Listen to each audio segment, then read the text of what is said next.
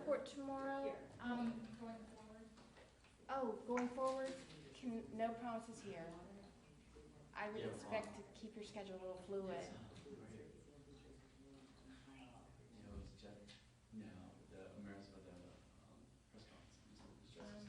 You know what? He may come in this back door. Yeah, he probably will. Yes. I'm going to be waiting to get my 10 minutes with Judge.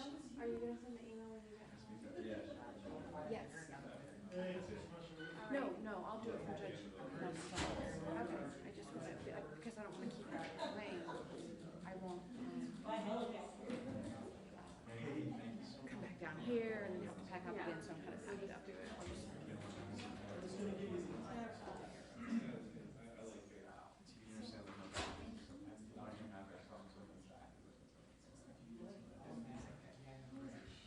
We've got some new people in the room, so I'll just tell you it's supposedly a brief statement.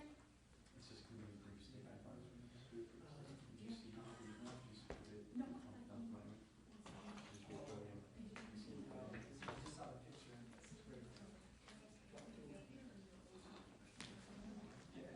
Thank you so much. You are a lifesaver.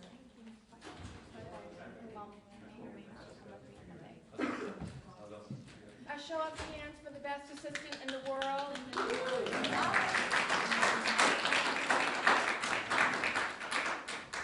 Take a bow. She runs around. She loves you. Rachel's like, no.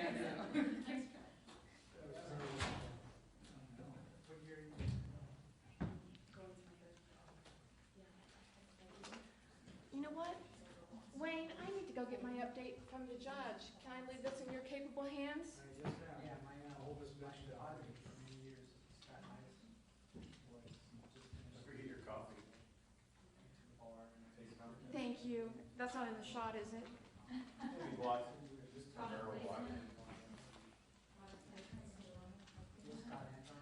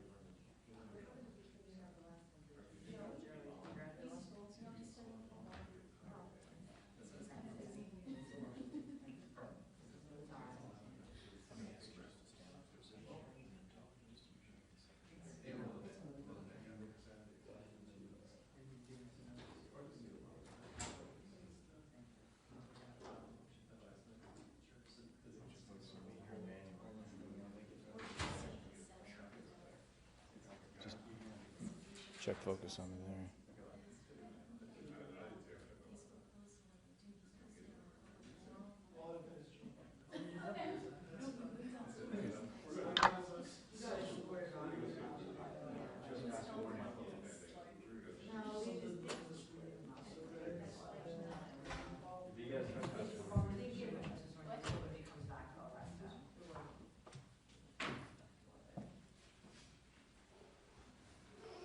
Afternoon, guys. How you doing? Long week, but I think a good week. So certainly we're enthused with the fact that, one, we're going to be able to get a jury in Seminole County. I know a lot of people had some concerns about whether or not we'd actually be able to pick a jury here in Seminole County. And I know I was one of the ones who kept saying I thought we would, because we've never failed to pick a jury in Seminole County in the past, even in some high-profile cases. So I'm real happy that it looks like we're going to get Seminole County jurors to decide a Seminole County case.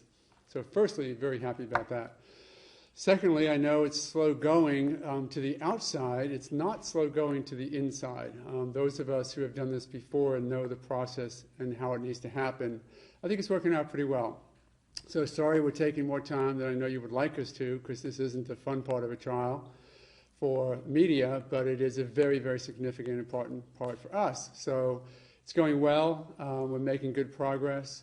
I'm very happy. The jurors, I think, for the most part, are being very honest and straightforward. This process does not work if jurors don't tell us the truth, and it does work when they do tell us the truth. So I know that we've had some examples where that hasn't been quite what we were expecting from people. Luckily, we were able to identify that. But hopefully, the rest of the jurors will continue to tell us the truth, be open and honest with us, and won't allow any of those outside influences that we're so concerned about infect how they're going to present themselves to us as jurors. Because, as I've said before, if this, whatever the verdict is going to be, if we're going to survive this as a criminal justice system, not only survive it, but even get more trust from people, not less, we need to make sure that the jury verdict is believable and is trusted. And that can only happen if the juror is honest to us when we're picking them, and then honest in their verdict. So we're still at that first stage right now, but I'm comfortable we'll get a jury and that they're answering the questions well for us. So that's where we are. Sorry? When do you think we'll have the jury seated? It's hard to say, but our hopes are that we might start into the what we call the panel jury selection by maybe Tuesday, the latest Wednesday. You know, we just look at the progress right now, getting 30 or 40 picked to get started with, and we're on track for that timeline. Mark, is George encouraged by the process this week? Well, I think he's very encouraged because finally it's underway. You know, he's been waiting for 16 months for this process to start. He's certainly looking very forward to the resolution of it and to an acquittal. So he's enthused that we're going. On the other hand, now it is real, and now it is very stressful because the preparation is great, but now we're in it. So I think it's there's a little bit of both.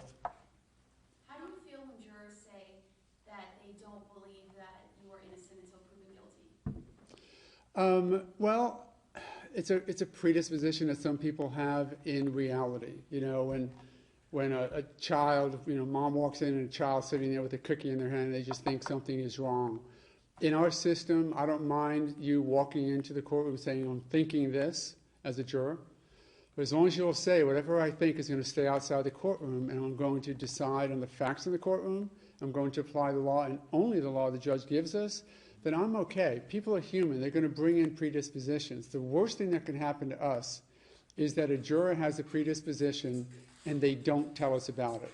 If you think about it, you know, that may have happened with one of the jurors who didn't quite make it through the system, but tried to. A juror like that, what we call a stealth juror, is unbelievably dangerous, not only to the case, it's devastating to a case to have a juror who has an agenda, but it's really devastating to the system, because then all of a sudden we start losing faith in the system and decide our justice on the streets, and we need to be very careful about that. Is that the guy with the Facebook post you're referring to?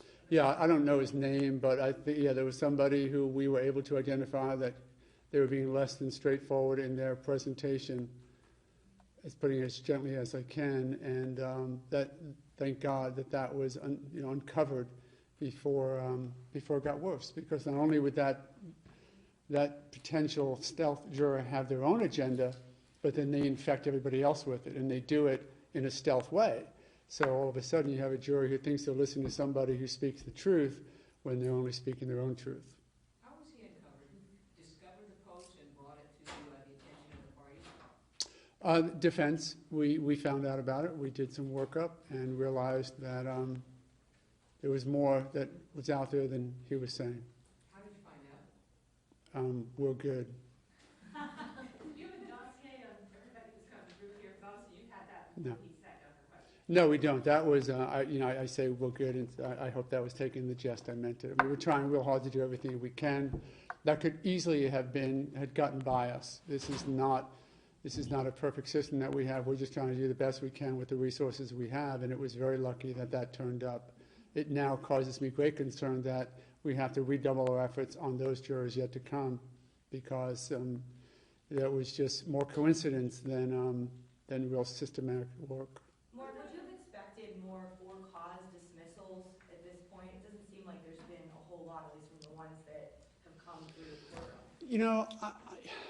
Maybe this is because I'm living this microcosm, but I would have thought that there were more people who had more information about this case. I would really have thought that your efforts over the past 16 months would have been more effective. And I say that because I really think that more people would have heard about this case and had opinions. Having said that, that also causes me concerns that maybe there are people who are not being as open with the information flow that they have about this case.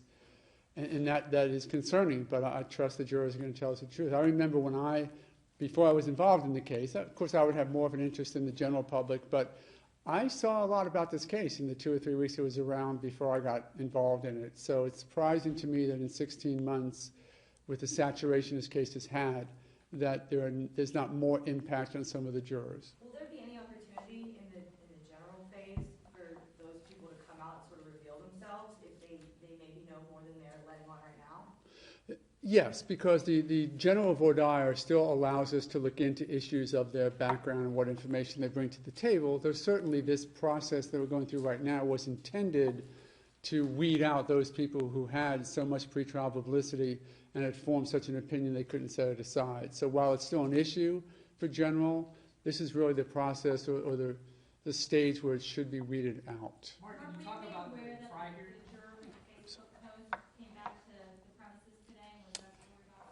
Yes, I heard that he came back. I heard that he was, I think, trespassed off property. I understand that he may have actually been attempting to get to some of the jurors. So that's devastating to this process. He would have cost this system a week of time, tens of thousands, hundreds of thousands of dollars of effort that the sheriff's department, clerk's office, judge, lawyers put into this case. He could have done away with that with one scream into a jury room about something. So I'm very glad that the sheriff's office did what they should have done. Do you think any further action should be taken against him? As it turns out, he's lucky that I'm not the sheriff of Seminole County or have the ability, because that cuts at what I've done for 30 years. So very glad that I didn't have much to do with what should happen to him. With the female school worker, was she dismissed because of the proximity? She disclosed too much information during the voir dire process, and you were afraid that she would be uncovered as an individual citizen? I believe the court has taken the opinion not to disclose the bases for strikes for cause, so I'm going to follow her suggestion, if not order. Mark, can you talk about the status of the Fry hearing and where it stands and how much longer do you think it's going to take and when you guys can fit it? Certainly. The Friday hearing is going to continue Monday at 4 o'clock in the afternoon. We will have one more witness that we're going to present. I would anticipate that's going to take probably about 3 hours. That's been around the amount of time taken for other similar witnesses. And the state will then have an opportunity, should they so desire, to bring on rebuttal witnesses. And if that happens, I think that's going to be set for Tuesday afternoon. So at the outside, it may be a decision coming from the court shortly after the end of the hearing on Tuesday afternoon. But she has whatever time she feels she needs to take to make that decision. Mark, when will you depose Ben Crump? Is that what you were talking about in the courtroom with him? I had a quick conversation with Mr. Crump about that. We did not make a decision when, just trying to work it out. Obviously, we've been a touch busy this week, and we're going to be a touch busy next week. So somewhere in between, I do want to get that in before testimony begins. And we'll work with each other to get that done. Are you planning at all to address the issue with the judge about keeping the jurors' names secret after a verdict is rendered? Yes, matter of fact, we're going to address that as well on Monday afternoon. Mark, about the timetable, are you still looking, it's now 2 to 4 weeks, right? Yes. The length of the trial that you're expecting. Is that pretty much, how did that change from 4 to 6 weeks to 2 to 4? Well, I think part of it was that we included in the initial 4 to 6 week estimate jury selection. So we now have a week done. We probably will get a jury, it looks like maybe by middle or sometime next week. That would be great. So you can take that week and a half off. So now it puts us down to 2 to 4. The 2 to 4 is just an estimate as best we can with what the state is going to take to put on their case and what the defense will put on their case. There is, of course, the issue of the Fry hearing, because based upon the judge's ruling, that could easily change the timeline of the trial by about a week, maybe a touch more. So that's why we have a range. All right. You investigating all the woman, there was a woman who came in and professed almost no knowledge of the case other than a prayer at her church. Correct. And Don had then asked for the address of her church. It seemed that you were going to pursue that or try to verify some of that, just, trying to get more information. And then a couple days later, she came back and wanted to say she couldn't do it because of Mhm. sequestration. Had you gone out there and started looking into what she said? No, we were actually in court, so we've been sort of staying busy with what we have been doing. It's a difficult process to look through everything that everyone might say or do.